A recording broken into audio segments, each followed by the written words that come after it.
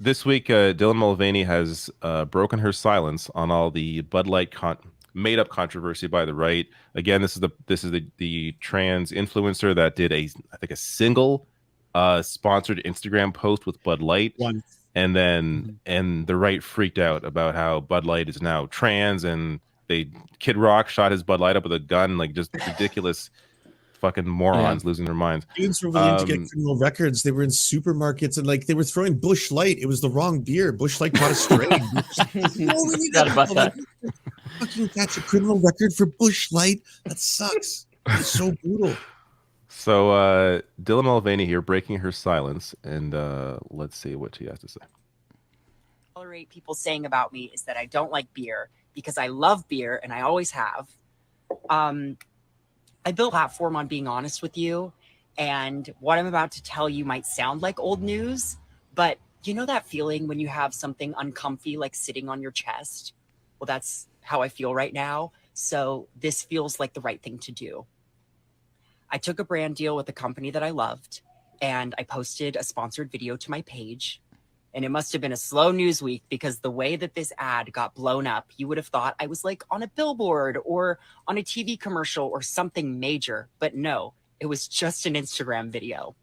And the wildest part is that they also sent me one can with my face on it. You might have seen it. And funny story, I had the can around my house, but then I realized, wait, I need to protect this can. So I hid it somewhere. And now I can't find it because I hid it so well. But when I do find it, I feel like it needs to go in a museum, preferably behind bulletproof glass. And you might be thinking, Dylan, why bring it up now?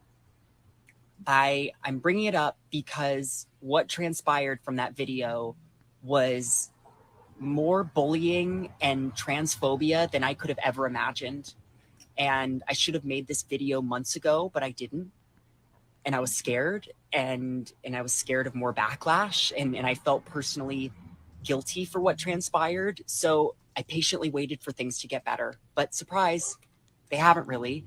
And I was waiting for the brand to reach out to me, but they never did. Can you pause it there for a second? For months now, I've been scared. After all the hate that basically was directed toward Anheuser-Busch and Bud Light, to hear that at the very end of it, because they were like, they went, whoa, can you believe it? We have to destroy, blah, blah, blah, shoot up the cans, all the fucking, they got death threats, they got bomb threats. People were straight up calling into factories and stuff. The company at the same time was offering no support to the person who was the centerpiece of it all, who was getting all of the hatred and death threats and all that stuff hyper-focused to the point where, like, of course, she, like, you know, stopped wanting to be online or stopped wanting to be, like, who wouldn't, you know? And like, I can't believe that was happening behind the scenes in addition to everything else. Yeah, maybe that's part of the real story here, is that it's kind of like the Starbucks stuff that's been going on, is a lot of these like nods from these companies towards some kind of social issues is pretty thin a lot of the time. And yeah, I would totally expect them to be like, hey, we got your back. If you need help, if you need security, even we're going to pay for it. That would, you know, that would be good. But yeah, that's it's pretty bad. Yeah, I have a video about this tomorrow that's coming out at 9. It's not edited yet, but I recorded it. And basically it's about how bad Bud Light's response really was. Like, it's about Dylan's response, but I use that kind of as a launching point to explore just how fucking terrible the response is and how they're basically trying to fence it between trans people and the people who want them to be eradicated.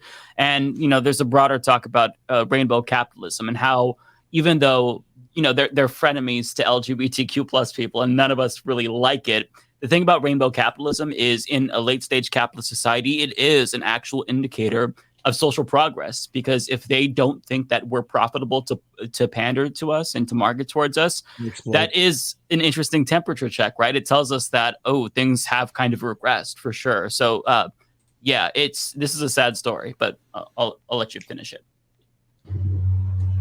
And for months now, I've been scared to leave my house. I have been ridiculed in public. I've been followed, and I have felt a loneliness that I wouldn't wish on anyone. And I'm not telling you this because I want your pity. I am telling you this because if this is my experience from a very privileged perspective, know that it is much, much worse for other trans people. It helps to I mean, if people couldn't already, it helps to humanize this individual who's at the center of this for simply doing a single sponsored post and having her life destroyed over it. And again, going to the point that you all made already about Bud Light not being there in any way, not publicly, not behind the scenes. Like I knew these companies were all pieces of garbage, but I thought at the very least behind the scenes, doing something to try to support her here. But clearly they didn't, and that's yeah, disgusting. Was there not It shows like a you single how empty that human? support is? Yeah, like was there not a single human that just called her and was like, "Hey, are you doing okay?" Right. None of Like us that's- expect, yeah. like Yeah. just one person. Right. I wasn't even thinking like, oh, they reached out to see what they could provide her in terms of like security. I was just thinking like, wow, you mean like no one who helped facilitate this at Bud Light even gave her a ring and said, how are you doing? Like just checking in to make sure you're not gonna, you're not feeling horrible and depressed and making sure you're okay. That actually shocked me that someone wouldn't even call for that. Yeah, not even a fired person. I mean, you're fired. It's not gonna.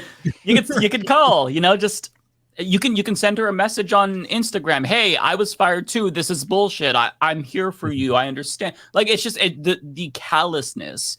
It's not surprising, but it's just.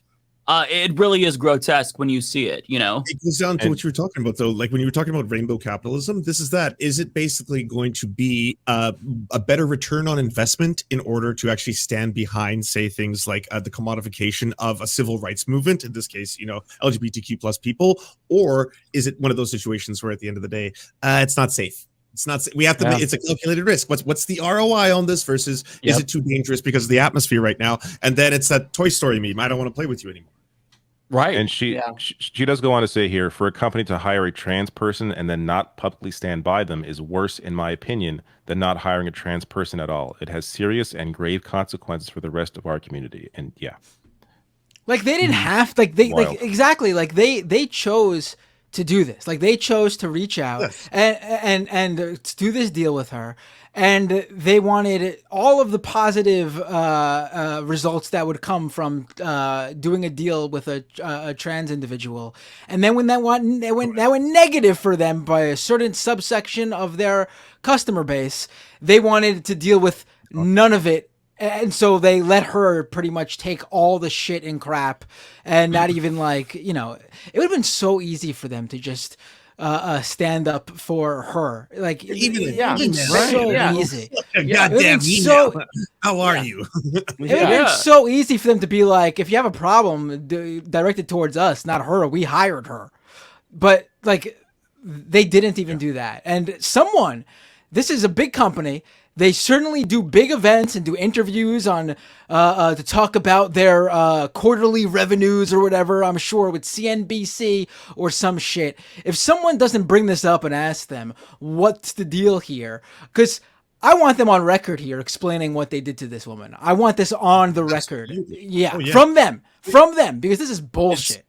At least with the Target, we got the leaked emails so we can see what was going on behind the scenes. And it was exactly what you expected. There was a personal safety risk to the employees based on the fact that, yes, the culture wars have actually reached the front door. And so it's like, well, you were fine profiting off gay shit as long as it was safe and cozy, right? Then it's all like, oh, happy Pride, everyone. We're gay for 1 month. This is amazing. Buy all the gear, get it all, get your flags. And now it's like, oh, it's in the back of the store because we don't want our employees to get beat the fuck But up. even with the Target thing, Yeah. there was not a single individual who became the face of the hate campaign. True, It was a correct. corporate, a whole corporate. Yes, they were the employees at the stores, but outside of those local friggin' weirdos who would show up and harass them, it's not like those people's faces were plastered all over the place and receiving hate from all over the world. Dylan Mulvaney became the face of hatred for trans people, and they all just directed it That's towards right. her. And it was really one of the more disgusting things I've seen. And I didn't even really know Dylan Mulvaney aside from her being a TikTok influencer before all this. So it's not like me too. it's unbelievable what Bud Light put this person into, like what the and shooting ridiculous. effigies for representation is pretty intense. Like shooting, that became a thing. Like right, when you're just straight up shooting fucking cases, Yeah. and cases and stuff. Yeah, Oh, if you mix, if any one of us, you know, there were videos that like we were the target of some videos, and it was like people shooting guns, people saying that we're like, perverts and all this, and then shooting guns at cans, representing us, and then there are videos of people like following her around in like hotel lobbies and yeah. stuff. I would be freaked out. I wouldn't be sleeping. I would be real. This would do some serious damage, you know. And James yeah, O'Keefe did that. Project Veritas, like Right. basically master in a Yeah. hotel. Yeah. yep, And it just goes back to the whole fact that like literally all of this backlash is specifically because she is trans. She Right. was, she did this little brand deal for an adult product. I mean, kids, as Ole made, like she did a great video about or mentioned this, and she made the point like, who's marketing beer to kids, right? This is an adult thing. It's not even like she was in some kids product, marketing campaign. And it was like, no, I don't want that around my kids. It was, no, we don't want a trans person there. Like it's bigotry in its most purest, explicit form. And if you substitute, outrage over trans with any other group, a Jewish person or anyone else, then you could see that it's bigoted. But because trans currently is permissible in this country, Bud Light just thought, oh, well, it's fine. We can ride the fence here. But to make matters worse, and I don't want to spoil too much of my video, but watch my shit tomorrow because I talk about this. But anyways, so the Human Rights Campaign reached out to Anheuser-Busch and told them that they were going to lose their perfect equality score when they were considering firing executives as a result of this in response to right-wing backlash. And do you want to know what they did to make it up to the Human Rights Campaign? They donated $200,000 to an LGBTQ charity. That's what they did. That's how they made it up to them. So, I mean, that's how little they fucking care. And they were probably going to do that anyway, to be clear, because it's Pride. And it's the fact that they even had a perfect score shows you how low the standards are, because they donated hundreds of thousands of dollars to Republicans who want to eradicate trans people from existence, right? So it's just, the whole situation is infuriating.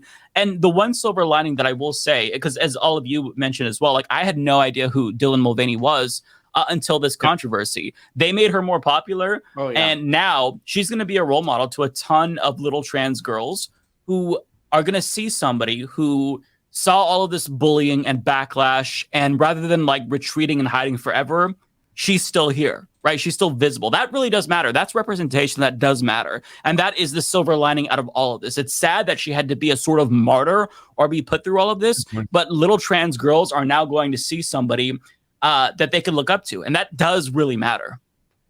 Absolutely. True. That story says more about the Human Rights Campaign if that's all they need to do to sway their friggin' score. I mean, that's ridiculous. Yeah, I'm not sure if it did sway their score, to be fair. I just know that was their response. But it's just like my response in the video is, why did you give them a perfect score exactly if they're contributing to fascists? That make it make sense. You know what I mean? Which is why a lot of queer people don't like the Human Rights Campaign. Yeah, a lot of these these social responsibility scores, like that could be. I don't know if any of you guys would do that, but like I would love to watch a video about that, because it's like all these right wing influencers are like obsessed with these scores, and they have a long what is it, like cultural Marxism explanation for it, but yeah, it's what you're describing. It's a totally rigged thing. It's twisted, because like they should almost be praising Bud Light, conservatives, because of how fucking terrible this company is and how they did absolutely nothing here to defend Dylan Mulvaney in this entire process. Like it's true, but they're like somehow the company's the bad guy. Like they're actually on your fucking side. A lot of these like Daily Wire guys have been even admitting. I mean, they've been getting massive clicks out of this thing. All these Bud Light videos do way better than a lot of their average videos, but like they kind of have been admitting. I saw the guy, the CEO of the Daily Wire, and then Michael Knowles or somebody was saying like, yeah, but in the grand scheme of things, InBev and owns all beer companies. They own a bunch of beer companies. This is not going to like ruin their company. So this is largely symbolic. You know what I mean? So I don't know. It's weird that I don't know if they just don't think their audience cares or what the deal is with that, or it's just They know it's symbolic. It's weird. It's a weird thing. Oh, right. 'Cause They for were me, like, they were cheering on the fact that Bud Light was no longer like the #1 beer in America, and the beer that took its place was just another beer owned by Bud Light's parent company, Anheuser-Busch. Wasn't it Modelo or something? Yeah, it's Modelo. yeah. Yeah. But I love Matt Brunig made this point, I think, like on his podcast or something. But he was like, even with that, we know they're all owned by the same companies. Even if they weren't, the money would still be going to the same people. It would still be going to the people who own all the stock. So Yes. what are you doing? Like, you're wasting your time. You know what I mean? But I think that's the point.